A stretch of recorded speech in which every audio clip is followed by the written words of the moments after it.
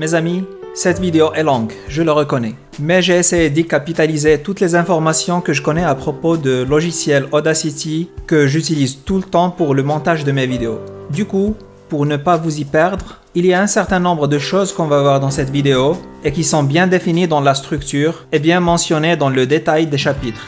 N'hésitez pas à revenir vers moi dans les commentaires si vous avez des questions plus spécifiques ou bien si vous vous intéressez à un point en particulier. Je vous laisse alors maintenant avec l'un des meilleurs logiciels de traitement du son que je connaisse, qui est gratuit et accessible à tout le monde. Audacity. Je suis en train de présenter une série pour vous décrire comment j'ai fait le montage de mes vidéos. On a parlé au début du cadre général de cette série. Après, j'ai parlé de logiciel de capture de vidéo. C'est celui-là que vous voyez devant vous, OBS, le logiciel gratuit et très performant qu'utilisent la plupart des youtubeurs. Et maintenant, on va parler d'une étape cruciale dans le montage qui est celle du son. Je n'ai pas besoin de vous persuader qu'une vidéo, même si elle est de bonne qualité, s'il y a une très bonne qualité d'image, si le son est mauvais, ça sera une vidéo qui ne sera pas regardée, voire une vidéo qui va pénaliser la chaîne. J'utilise un logiciel très performant qui va nous permettre de faire cette opération. Audacity, c'est le deuxième Graal dont je vais parler. Le premier Graal étant OBS et le troisième étant Blender, mais on n'a pas encore parlé de ce logiciel-là. Donc cette fois, on va parler de Audacity et comment on fait pour faire les réglages de base pour avoir un son correct. Bien évidemment, c'est un logiciel gratuit, c'est un peu le principe de cette série. On n'en est pas au niveau des ingénieurs du son. On va se mettre dans une situation où on n'a pas forcément un matériel de haute performance. Et comment, avec un matériel correct et avec des logiciels utilisés d'une manière correcte, avoir du son digne d'une vidéo qu'on peut publier sur Internet. Les questions qu'il faut se poser, c'est pourquoi il faut traiter du son. Et je pense que la réponse est évidente, mais on va la visualiser avec une vidéo réelle que j'ai tournée pour vous montrer quels sont les problèmes que je rencontre sur ces vidéos une fois capturées. On va prendre l'exemple d'une vidéo de jeu Minecraft que j'ai capturée pendant quelques minutes et je vais essayer d'ouvrir ces pistes sonores sur Audacity. Pour l'ouvrir, il suffit de glisser le fichier sur Audacity, mais il faut que vous fassiez attention si vous installez ce logiciel.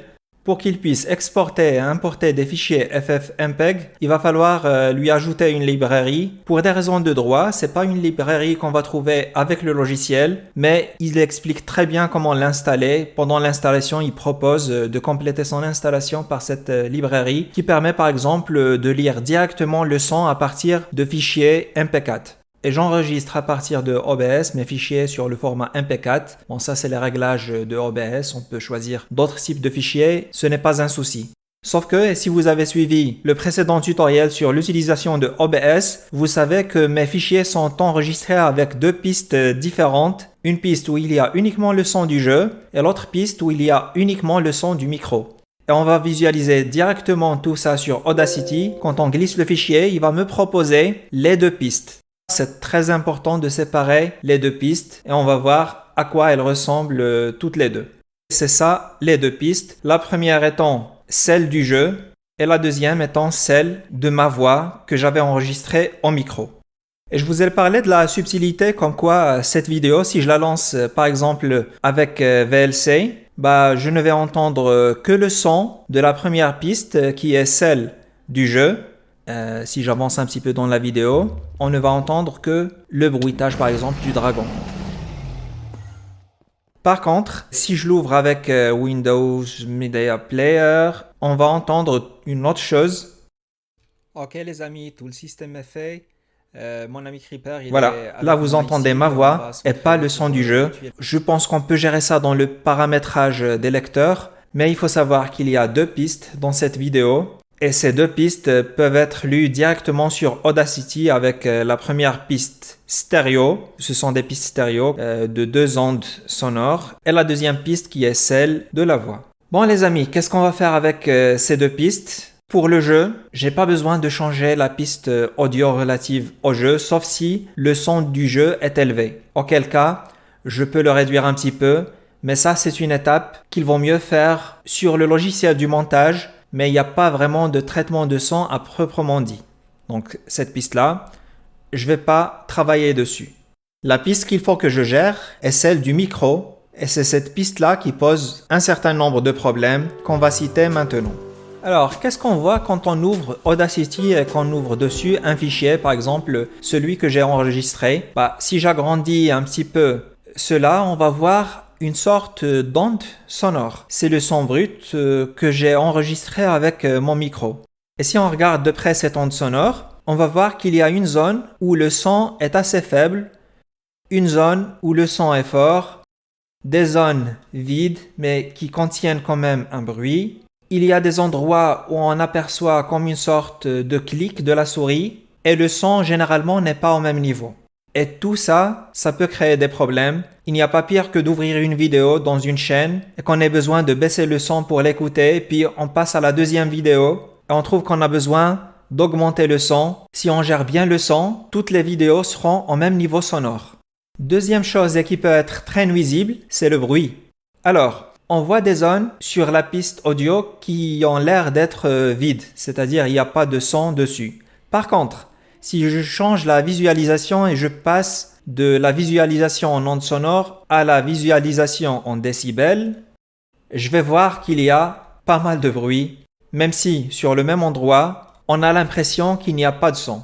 Mais ça, si je le lance maintenant, alors je ne sais pas si vous êtes en train d'écouter avec un casque ou une enceinte qui permet d'écouter les basses, vous allez vous rendre compte qu'il y a un bruit qui peut parfois être insupportable. Là, c'est juste que j'ai utilisé un micro qui est relativement bien. Donc le bruit quand même si on le voit quand on active la visualisation en décibels assez faible, en ondes sonores, il est pratiquement invisible. Mais on peut quand même le gérer et on peut le diminuer. Et je vais vous parler de cette distinction entre la visualisation normale de l'onde et la visualisation en décibels. Et le troisième problème, les amis, c'est le contenu du son lui-même. Quand je suis en train de parler, je ne parle pas d'une manière fluide. Il y a des silences, il y a des phrases fatiques, il y a des mots comme donc ou ça peut ne pas déranger quand on est en train d'effectuer une conversation à l'oral, mais quand on veut sortir une vidéo bien ficelée, il faut bien quand même s'en débarrasser.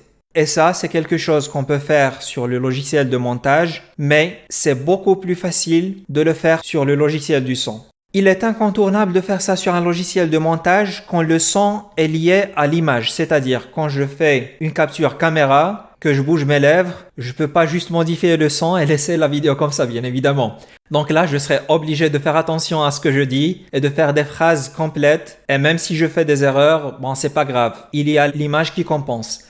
Par contre, quand on fait que du son, on peut jouer dessus pour que le son à la fin soit très fluide. Et maintenant que je suis en train d'enregistrer cette vidéo, je fais beaucoup d'erreurs, je répète beaucoup de phrases et tout ça, a posteriori, je vais le traiter sur Audacity. Donc, le point relatif au contenu de la bande sonore est également important. Il y a un certain nombre de phrases qu'on va déplacer, il y a des mots qu'on va supprimer et tout ça, on va voir comment le faire maintenant. Autre chose, et on peut intégrer ça dans la partie bruit, ce sont les clics. Quand je suis en train d'enregistrer devant mon PC, j'utilise la souris et le clavier et il y a des sons indésirables qu'on peut entendre, surtout quand le micro n'est pas un cardioïde ou bien un cardioïde mais quand même on est obligé de le placer sur le bureau. On peut avoir les clics de souris intégrés dans la bande sonore. Et ça également, on va voir comment on va pouvoir le gérer.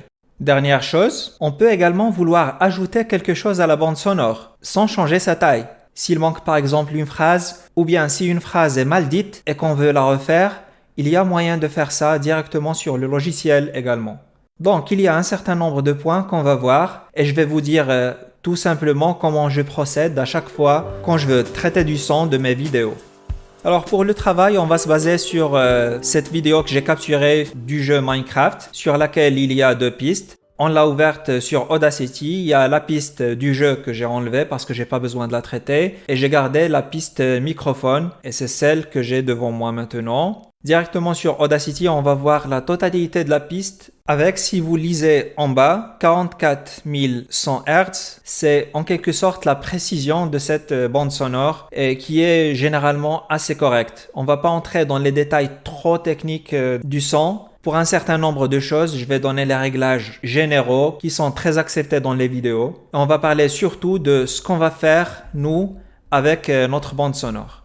Et pour travailler sur la bande, je peux, avec la souris, sélectionner une zone En appuyant sur la touche CTRL et puis la roulette de la souris, je peux étirer la bande pour voir l'onde plus en détail. Je peux l'agrandir verticalement également et je peux, en appuyant sur Shift puis roulette, la déplacer à gauche ou à droite. Je peux également utiliser la scroll bar en bas. Donc ça, c'est juste pour se déplacer. Il y a un certain nombre d'outils ici qui peuvent également aider la manipulation de la bande sonore, mais on ne va pas entrer dans ces détails-là. On ne va pas voir tout ce qui concerne Audacity ici, sinon il va falloir plusieurs heures de manipulation. Nous, on va voir directement l'essentiel. Donc là, on va faire un CTRL-A. C'est comme si on sélectionnait du texte. Quand on est sur Word, quand on veut sélectionner un texte, c'est CTRL-A. C'est pareil sur Audacity. CTRL-A, ça sélectionne toute la bande stéréo. Et maintenant, on va lui appliquer une normalisation. Alors, normaliser une courbe en mathématiques, ça veut dire que on va la multiplier par un certain coefficient de telle sorte que la valeur maximale soit égale à une valeur. Et là, la valeur, c'est 1. La valeur maximale, ce sera égal à 1. Vous pouvez utiliser cette normalisation que je propose ici, qui est celle par défaut. Et vous allez voir que la bande va augmenter de taille. Donc, le pic supérieur de cette courbe qui se trouve ici est devenu proche de 1, un petit peu inférieur parce qu'il ne doit pas être forcément égal à 1. Mais ce qui se passe ici, c'est qu'il y a une zone de cette bande sonore qui est trop haute et une autre zone qui est plus faible. Et ça, c'est pas bien. Il va falloir égaliser cela aussi. Et cela est dû au fait que des fois, quand on s'assoit sur son fauteuil, on est proche du micro, on va dire quelque chose et puis des fois on fait d'autres manipulations alors qu'on est loin du micro et c'est normal que ça se voit sur la piste sonore. Mais pour corriger ça, on va pas faire ça manuellement, c'est-à-dire je vais pas sélectionner cette zone, lui appliquer un coefficient, la diminuer, sélectionner les autres zones, leur augmenter la taille ou du moins, c'est pas en ce moment-là qu'il faut le faire. Il y a un algorithme qui peut faire ça, c'est l'algorithme de compression, c'est le compresseur. Donc, après normalisation de la courbe, on va lui appliquer cet algorithme-là. Je vous laisse voir les paramètres. On ne va pas trop jouer sur les paramètres. Généralement, les paramètres par défaut sont corrects. Et cet algorithme, généralement, ça permet d'augmenter le son faible et ça réduit un petit peu le son très élevé. Et ça permet d'une manière automatique et homogène de réduire les zones où il y a les pics. J'applique ça, j'appuie sur OK. Bien évidemment, CTRL-A pour sélectionner toute la piste. Et puis, on applique le compresseur. Et là, comme vous voyez, l'impact des pics est plus faible. Et on a l'impression que la bande sonore est devenue plus homogène. Par contre, on va de nouveau appliquer une normalisation à chaque fin d'opération pour qu'on puisse travailler au même niveau sonore. Il faut que les modifications qu'on applique soient appliquées sur la bande au même niveau sonore pour que les paramètres soient les mêmes, quelle que soit la piste sonore sur laquelle on travaille. Donc, on a appliqué un compresseur pour réduire un petit peu les pics. Par contre, il y a toujours des pics. On s'en est pas débarrassé. C'est juste qu'on en a réduit l'impact. La normalisation de la courbe, elle ne change pas la qualité sonore. Elle ne change rien à la courbe parce que toute la courbe est multipliée par le même coefficient. Par contre, la compression, elle change un peu de la qualité du son, mais elle reste généralement imperceptible. Alors, on a fait une première phase où on a réduit un petit peu les zones où le son est très élevé et on a essayé d'homogénéiser le son. Par contre, il reste des endroits très locaux où les pics sont très élevés. Il est possible d'appliquer l'algorithme de compression une deuxième fois et ça permettra d'égaliser encore plus. Mais comme j'ai dit, l'algorithme de compression change la qualité sonore. Donc, on ne peut pas l'appliquer indéfiniment sans perdre de la qualité du son. Et du coup, qu'est-ce qu'on va faire ? Il y a un deuxième algorithme qui permet de casser d'une manière dure les pics dans les endroits les plus aberrants. Et cet algorithme, c'est un limiteur. Donc, c'est comme si on trace une ligne horizontale, virtuelle, que les pics ne doivent pas dépasser. Alors là, il m'a sorti une erreur parce que j'ai pas sélectionné la piste sur laquelle je veux travailler. Alors, CTRL-A pour tout sélectionner et puis on va avoir le limiteur. Et là, pareil, je vais pas entrer dans le détail du limiteur. J'utilise directement et à chaque fois la limite dure. C'est-à-dire qu'il va directement chercher là où il y a des pics. Dès qu'il dépasse un seuil que je précise dans les paramètres, il va les écrêter. S'il y a trop de pics, il faut faire attention à cette opération, elle n'est pas bonne. Pourquoi on l'utilise ? On l'utilise juste dans certains endroits quand il y a peu de pics. Là, par exemple, on a 4 ou 5 sur toute une piste sonore. Ça ne sera pas perceptible. Donc, je peux l'appliquer et on va voir que certains pics vont être écrêtés. Il est possible sur Audacity d'annuler la dernière opération. Donc si j'appuie sur CTRL Z, on va voir la différence entre avant et après. CTRL Z, CTRL Y, CTRL Z, CTRL Y. Et vous avez vu que les pics ont été écrêtés.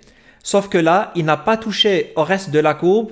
Il n'a touché que les pics les plus apparents. Et c'est pour ça que c'est très important de normaliser la courbe parce que le seuil qui est défini, il est défini par rapport aux pics les plus grands. Et si la courbe n'est pas normalisée, il se peut que les pics soient en dessous du seuil. Et qu'est-ce qui se passe si on applique cette limite dure ou hard limit s'il y a trop de pics? Ça va mener à la saturation du son. Et il faut éviter à tout prix de saturer le son.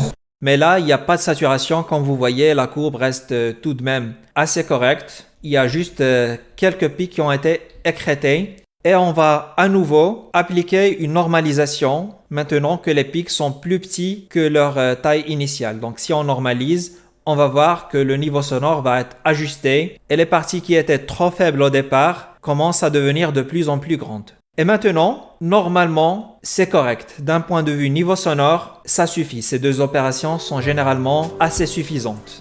Maintenant qu'on est satisfait de l'égalisation du son, et je vais vous le faire écouter à la fin juste pour qu'on puisse comparer entre le début et la fin, qu'est-ce qu'il reste à faire? Eh bien, on va s'intéresser maintenant à la question du bruit. Et là, tout dépend du micro, mais tous les micros font du bruit, à moins qu'on soit dans une chambre de studio avec une isolation sonore, et pourtant il y a toujours du bruit, on ne peut pas l'éviter. Si le micro est de bonne qualité, au moins le bruit sera régulier et il sera facilement détecté par les algorithmes des logiciels. Si les micros sont de mauvaise qualité, le bruit sera plus difficile à traiter et le fait de le traiter va influencer la qualité du son. Et parmi les algorithmes les plus intéressants dans Audacity, c'est celui qui traite le bruit. Il est vraiment magnifique. Mais tout d'abord, il va falloir visualiser ce bruit. Et pour ça, on va changer un petit peu la visualisation de cette onde sonore qui varie entre -1 et 1. Comme j'ai dit, c'est la différence de pression. On va pas parler de l'unité. La pression, c'est en pascal, mais il y a une conversion d'unité qui est faite ici. Mais ça reste généralement linéaire avec la pression sonore. Pour visualiser du bruit, on va passer d'une visualisation de l'onde sur une échelle linéaire à une visualisation sur une échelle logarithmique. Et là, on va la visualiser en décibels. Il y a moyen, si on appuie sur ce bouton-là, de choisir la visualisation en décibels. C'est la même courbe qu'avant, c'est juste qu'on la voit sur une autre échelle. Et on voit que ces parties-là sont quand même apparentes. Ça, c'est une partie où il y a un bruit. Si je reviens à la visualisation en ondes, je vais voir que c'est pratiquement inaperçu devant les autres parties de la courbe. Si je sélectionne cette partie par exemple, on a l'impression qu'il n'y a rien, que c'est une partie vide. Par contre, quand on la visualise sur une échelle logarithmique, c'est-à-dire en décibels, il y a bien un bruit. Et ce bruit-là, si le micro est de bonne qualité, généralement on peut l'accepter. Si le micro ou bien les conditions d'enregistrement laissent passer du bruit, il vaut mieux l'enlever. Et on va voir comment l'enlever. Et juste une petite ouverture théorique pour qu'on visualise la différence entre ces différentes échelles, c'est-à-dire la représentation de l'onde sur l'échelle linéaire et la représentation sur une échelle logarithmique. On va voir ça. Là, par exemple, on a la représentation d'une onde. Alors, sur une onde, on va trouver des zones où le son est très bas. Ça, c'est le bruit de fond. C'est de ça qu'on est en train de parler maintenant. Il y a des zones où le son est moyen. C'est là où on est en train de respirer, par exemple, quand je suis en train de parler et puis je respire. Dans le son moyen, on peut trouver, par exemple, les clics et les touches du clavier. Et ça aussi, on va voir comment on va s'en débarrasser. Et puis, il y a du son haut et c'est le son qu'on est censé écouter. Mais généralement, on souhaite se débarrasser du son moyen, à moins que ça fasse bizarre d'écouter quelqu'un parler sans respirer. Et surtout, si le bruit est assez haut, il va falloir s'en débarrasser également. Par contre, quand je passe d'une visualisation de l'onde à son équivalent sur une échelle logarithmique, c'est-à-dire une visualisation en décibels, regardez les proportions des niveaux. Si j'ai le niveau bas, par exemple, sur l'onde à 10, le niveau moyen à 100, c'est-à-dire que la hauteur de la courbe des sons de niveau moyen font 10 fois leur hauteur au niveau faible, et puis les sons hauts sont 1000 fois plus hauts que les sons bas, eh bien, sur l'échelle logarithmique, on va voir des rapports de 1 sur 2. À chaque fois quand on multiplie par 10, le niveau dans l'onde sonore, en décibels, on va juste ajouter 1. Et c'est pour ça que le niveau bas, moyen et haut sont au même niveau. On a l'impression qu'ils sont du même ordre de grandeur. Alors que sur la vraie courbe, qui est liée au changement de la pression dans l'air, les niveaux sont très différents. Mais sur une échelle logarithmique, ils sont rapprochés. Et la visualisation avec une échelle logarithmique, c'est-à-dire en décibels, permet de voir les sons qui sont inaperçus sur la courbe normale. Et c'est pour ça que quand on veut traiter du bruit, je conseille de travailler sur une échelle logarithmique. Et Audacity fait bien ça. Maintenant, quand je suis en décibels, je visualise très bien les bruits de fond. Et il y a autre chose qu'il faut savoir, c'est que naturellement, l'oreille humaine est plus sensible à l'échelle logarithmique qu'à l'échelle linéaire. C'est-à-dire que même si les clics sont 10 fois plus faibles que le son normal, on va quand même les écouter. Parce que l'oreille humaine est conçue pour gérer l'échelle logarithmique et pas l'échelle linéaire. Et c'est pour ça qu'on s'intéresse à cette échelle logarithmique. Et sur cette échelle, on va voir le bruit, mais est-ce qu'il y a que du bruit ici? Apparemment, il y a certains endroits où il n'y a pas que du bruit. Par exemple, dans cette zone-là, il y a du bruit, mais il y a également des pics. Et ces pics-là sont ce qu'on a appelé les sons moyens, c'est les clics. Donc si je lance ce son, si vous tendez l'oreille, vous allez entendre des clics. Et pour faire apparaître ces clics, il va falloir enlever le bruit. Et pour enlever le bruit, l'algorithme se repose sur un bruit échantillon. On va lui donner un échantillon du bruit qui va essayer de repérer et de le comparer au reste de la bande sonore pour le filtrer. Donc, je vais me mettre sur une partie de la vidéo et là, des fois, j'ai besoin d'augmenter le son du casque au maximum pour être sûr que c'est une partie où il y a un bruit de fond et pas juste ma respiration. Parce que si je visualise certains endroits, ça peut ne pas être du bruit, mais un bruit mélangé à une respiration. Mais nous, on veut que le bruit. Donc, je vais par exemple me mettre ici. J'ai l'impression que ça, c'est assez régulier pour n'être que du bruit de fond. Alors, je sélectionne ce que j'estime être un bruit de fond et j'applique l'algorithme de réduction de bruit qui s'appelle Noise Reduction. Quand j'appuie sur le bouton la première fois, la première phase consiste à prendre le profil du son, c'est-à-dire l'échantillon du bruit auquel on va comparer toute la piste. Donc, je le prends. Après, on revient à nouveau dans Effet, Noise Reduction à nouveau. Le bruit, il est déjà enregistré, il est déjà capturé. Et on va lancer la correction du bruit. Donc là, j'aurais dû sélectionner toute la bande, mais là, c'est juste pour vous montrer si j'applique ce traitement uniquement à la partie que j'ai échantillonnée. Donc si j'applique la réduction du bruit, on va voir que le niveau du bruit va être réduit. Sauf que là, je ne vais pas l'appliquer comme ça, donc je fais un CTRL-Z pour reculer avant. Je sélectionne toute la bande et je refais l'opération, donc Noise Reduction. Le profil, il est toujours sélectionné, c'est toujours ce profil-là. Et j'appuie sur OK et j'attends que le traitement soit fait. Bon, là, 3 minutes, ça se fait généralement en quelques secondes. Voilà, ça dépend aussi de la rapidité de l'ordinateur. Et comme vous voyez, le niveau du bruit a été réduit. Et si on n'est pas satisfait de cette réduction, on peut même la répéter une deuxième fois. Là, le niveau de bruit a changé. On va prendre le même bruit et on va le réduire. Mais là, franchement, sur une échelle logarithmique, le fait qu'il soit réduit comme ça veut dire que sur une échelle linéaire, il va être très très réduit, presque imperceptible. Pour moi, généralement, ça, c'est assez suffisant. Mais juste pour qu'on ait une courbe nette, je peux refaire cette opération, donc Noise Reduction. On va reprendre l'échantillon, on sélectionne toute la bande, on revient sur Effet, Noise Reduction à nouveau, et on applique la réduction du bruit. Et là, je pense qu'on va voir une courbe très nette. Et les endroits qui sont vides, même sur une échelle logarithmique, on va voir qu'ils sont pratiquement vides. Alors, est-ce que ça veut dire qu'il n'y a pas de bruit du tout? Et non, parce qu'une échelle logarithmique, c'est entre moins l'infini et 1.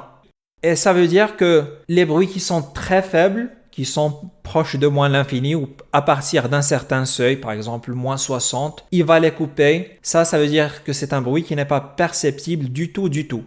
Donc le fait de voir une courbe comme ça ne veut pas dire que c'est lisse, c'est juste qu'on a choisi de la représenter sur une échelle où on a précisé le seuil quelque part. C'est juste une information technique dont vous n'aurez pas besoin si vous êtes en train de faire le montage. Mais le fait d'avoir une courbe aussi lisse que ça permet de repérer facilement les clics.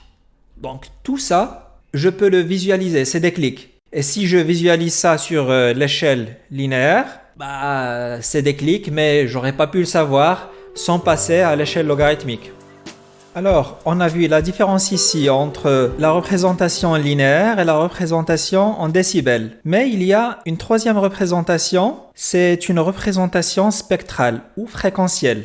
Si je passe par exemple à la représentation en décibels et je me concentre sur cette zone-là, je vais voir qu'il y a du bruit mélangé à des clics. Mais des clics, je peux les avoir dans d'autres endroits sans m'en apercevoir. Par exemple, si je sélectionne cette zone, je peux pas savoir si c'est un clic ou pas. Par exemple, ça, c'est une zone de respiration profonde.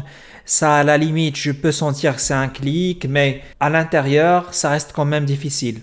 Et là, la représentation spectrale permet de voir les différentes fréquences également. Et ça se voit comme ça. Là, par exemple, on visualise en Hertz. Je pense que ça doit être une unité proportionnelle au Hertz. Ça doit être les sons aigus en haut. Et en bas, ça doit être les basses. Avec au milieu ce qu'on est en train d'écouter. Donc les zones qui sont un petit peu plus affichées que les autres, on peut s'attendre à ce que ça soit un clic.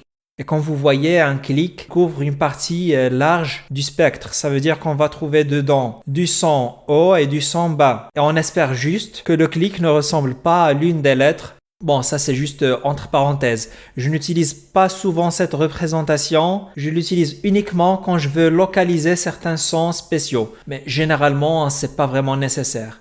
Et là également, je pense qu'il y a un certain nombre de clics ici. Donc si je sélectionne cette partie-là et que je reviens à la représentation en décibels, effectivement, je vais apercevoir des clics au droit des endroits que j'avais sélectionnés.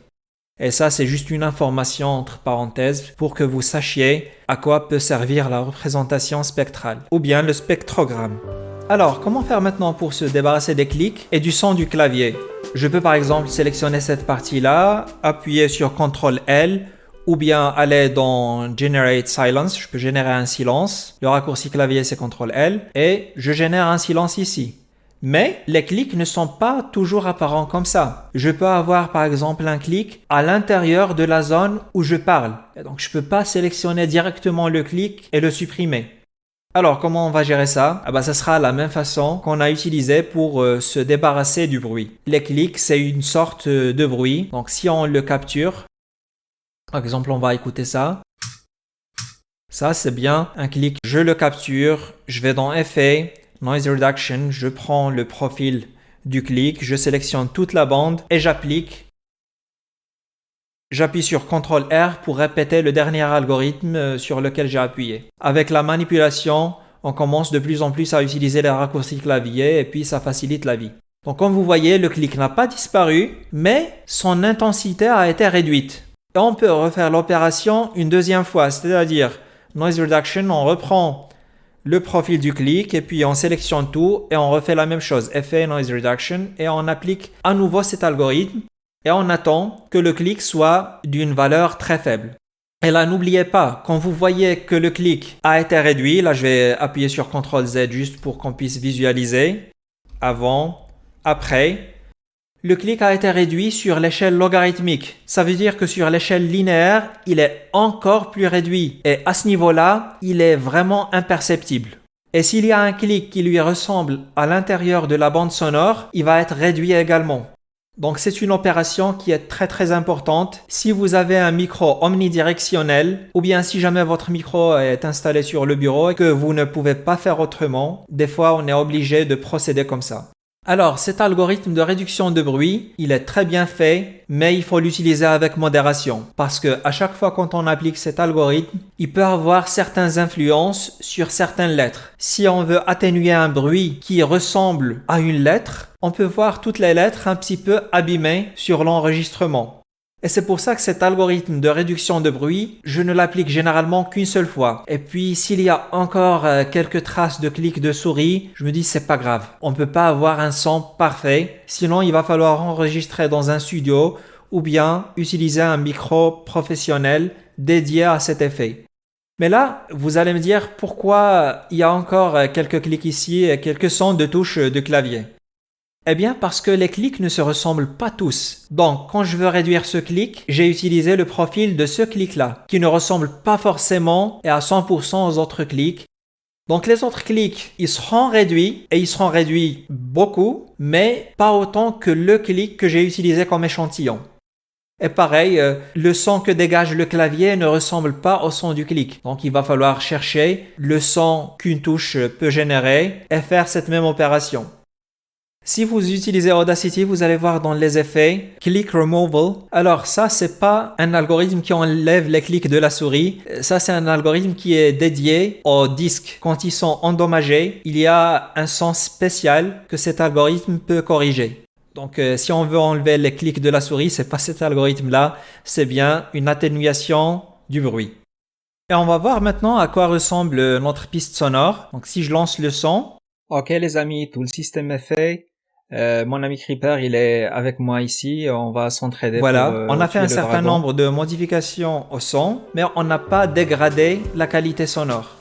Qu'est-ce qui reste à faire maintenant? Eh bien, tout dépend si on enregistre avec une caméra ou bien si c'est juste une piste sonore et qu'on veut maîtriser ce qu'on est en train de dire.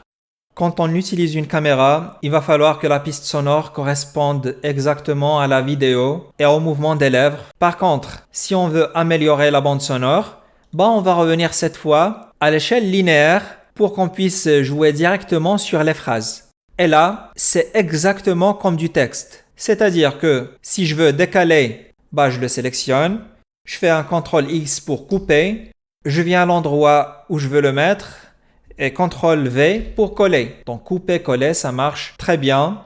L'autre raccourci que j'utilise beaucoup, c'est CTRL L pour mettre du silence. Par exemple, ça ressemble à une respiration profonde de ma part. Ou bien un E, voilà, c'était un E plutôt. Donc ça, ce E-là, j'aime pas le voir. Du coup, j'appuie sur CTRL L pour l'enlever. Et puis, je vais enlever toute cette bande-là, CTRL L, CTRL X, et je la place ici pour que cette phrase soit complète. Donc je vais l'enlever ici, CTRL L, CTRL X, et je la mets derrière. Exploser d'un coup toutes les tours, tous les cristaux dans les tours. Voilà, là j'ai une phrase continue. Alors si vous faites des beaux discours, si vous parlez sans vous entrecouper, cette partie-là sera facile pour vous. Mais si vous êtes comme moi, vous faites beaucoup d'erreurs, vous allez passer pas mal de temps sur Audacity pour essayer de raccommoder vos phrases parce que vraiment ça me prend beaucoup de temps. Franchement, la partie Audacity, ça me prend 60% du temps du montage, voire plus parfois. Sauf que je me fais aider par des macros. Ce que je vous ai présenté ici, tous ces ajustements, j'ai une seule macro qui le fait. Alors c'est une macro qui fait les mêmes choses, donc qui s'appelle MyOBS. Et si je veux la modifier, si j'appuie sur macro, donc on va voir qu'il y a une normalisation, un compresseur, un limiteur, puis de nouveau une normalisation. Et cela est appliqué d'une manière automatique, donc je n'aurai pas à refaire à chaque fois les mêmes opérations. Je pense qu'il me manque une normalisation entre les deux, que je vais l'ajouter à l'algorithme, c'est bien que je l'ai vu maintenant. Mais il y a certaines choses qui permettent de réduire le temps passé sur le montage et sur la gestion du son et qui nous fait gagner de précieuses minutes. Il y a également la qualité du matériel utilisé. Si vous faites de la vidéo, même si vous n'utilisez pas un matériel très professionnel, mais essayez quand même d'avoir un matériel correct parce que on voit son effet. Quand on a un mauvais micro, il y a beaucoup de bruit et le bruit n'est pas régulier. Et même quand on applique l'algorithme de réduction de bruit, comme le bruit ne se ressemble pas, il y a certaines zones qui vont avoir un certain type de bruit et d'autres zones qui vont avoir un autre type de bruit. Et il faut faire cette opération plusieurs fois. Donc, essayez d'avoir un matériel correct et faites un traitement qui soit assez léger, qui ne change pas trop votre qualité sonore parce que c'est finalement le matériel qui donne la qualité sonore et pas le logiciel. Le logiciel, ça aide beaucoup, ça rend le son net et bien, mais c'est pas une baguette magique. Bon, là, je vais essayer de terminer le travail sur cette piste sonore pour qu'à la fin, on puisse comparer la piste originale et le rendu final. Il y a certaines zones qui sont inutiles, où je me suis répété, ou bien il y a certaines phrases que j'ai mal prononcées. Et quand je suis en train de corriger le contenu de ma bande sonore, à force de le faire, je commence à reconnaître quelques lettres. Par exemple, je sais que cette forme-là, c'est un S. Vous savez. Voilà. Et c'est très important d'identifier certaines lettres parce qu'on peut les emboîter facilement avec d'autres phrases. Si j'ai par exemple un S ou un P ou bien un K également, la lettre est assez apparente et je peux la distinguer du reste des mots. Par contre, si j'ai d'autres lettres comme un L ou un M, je ne pourrai pas la distinguer facilement. Par exemple, ici, il y a le mot de l'émettre. De l'émettre. Par contre, c'est très difficile de poser le curseur directement là où il y a la lettre M. Je ne peux pas distinguer facilement la lettre L de la lettre M. Et c'est pour ça que quand je suis en train d'enregistrer, maintenant j'ai pris l'habitude, quand je veux reprendre certains mots ou certaines phrases, je les reprends à certaines lettres bien précises qui me facilitent la correction sur la piste sonore.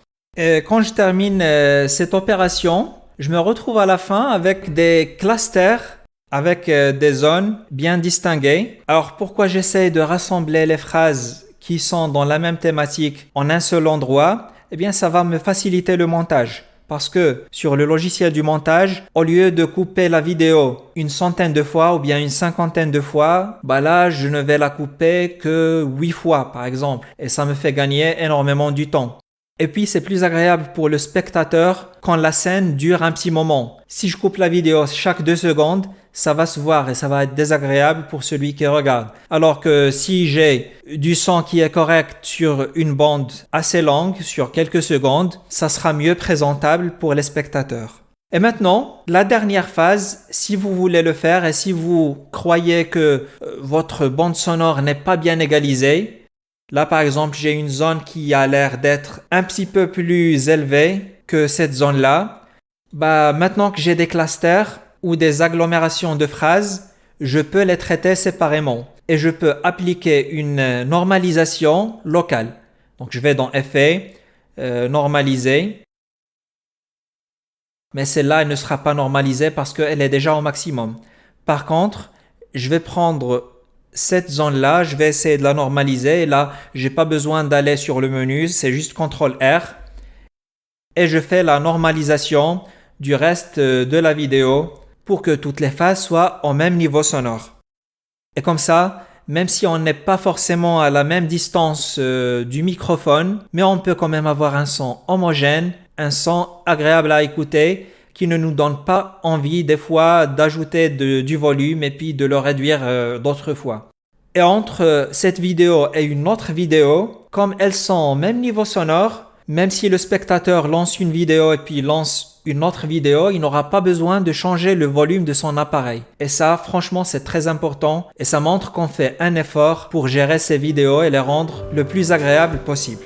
Maintenant les amis, on va essayer de comparer deux pistes audio. La première est une piste que j'avais traitée avec Audacity, pour laquelle j'ai rangé les phrases. Et la deuxième, ça sera la piste audio originale que j'ai enregistrée avec le fichier pendant que j'étais en train de faire la capture. Donc première remarque, elles ne se ressemblent pas. Vous voyez bien que dans la première, j'ai essayé de rassembler l'essentiel de ce que je voulais dire dans la vidéo pour limiter au maximum les coupures dans le montage. Alors que dans la seconde, je dis beaucoup de choses, il y a beaucoup de phrases inutiles, il y a beaucoup de phrases répétées. Sur la piste audio originale également, toute la piste n'est pas au même niveau sonore. Donc je peux normaliser. Bon, la normalisation bien évidemment ne change pas la qualité du traitement. C'est juste qu'on entend le volume au même niveau. Et là on voit bien qu'il y a un certain nombre de pics. Alors que dans la bande traitée, les pics sont réduits et le son sera plus homogène. Et on va essayer maintenant de faire un test.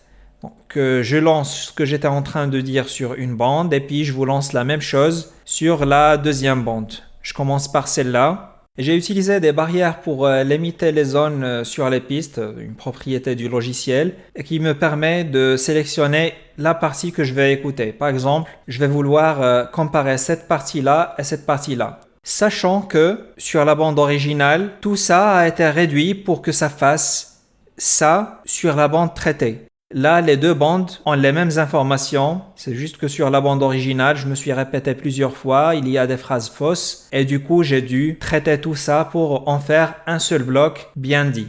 Donc, juste pour vous faire écouter, les machines volantes sont très simples. Dès qu'on connaît le principe, Dès qu'on connaît le principe,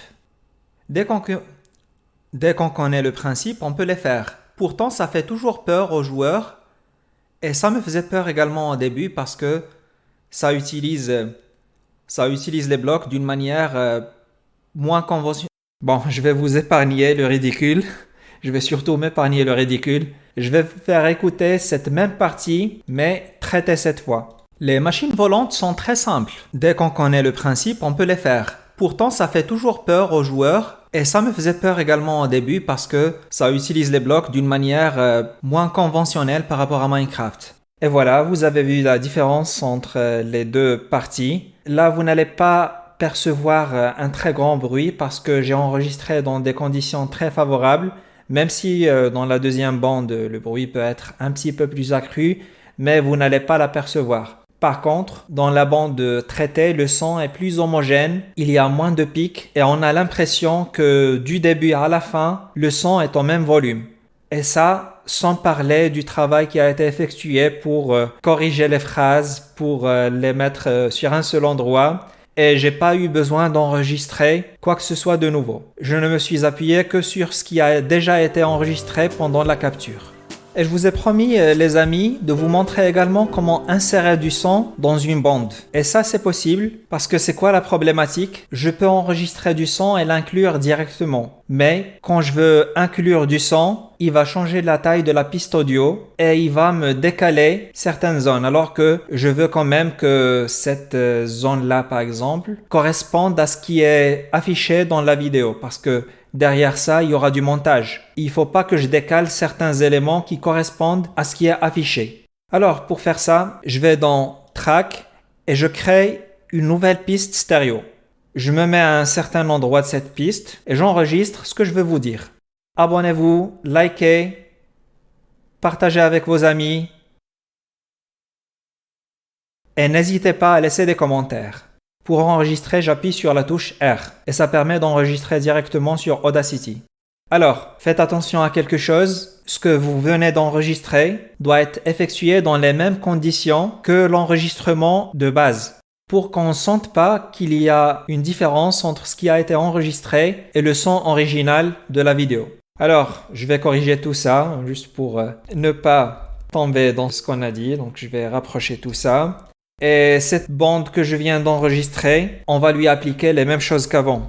Comme j'ai dit, j'utilise une macro qui reprend tout ce que je vous ai dit. Je l'ai appelée MyOBS, c'est une macro que j'ai faite moi-même, mais en se basant sur ce que je vous ai dit. Alors, elle applique le compresseur, elle applique le limiteur. Par contre, il n'y a pas de gestion de bruit. Et je pense que j'ai pas beaucoup de bruit dans la vidéo. Le bruit reste assez négligeable. Vu que je traite une partie locale du son, si je la normalise, elle sera un petit peu plus élevée que les autres. Et comme vous voyez, on aperçoit une saturation. Du coup, je vais annuler ça. Je vais faire le travail manuellement. J'applique tout simplement une normalisation, une compression.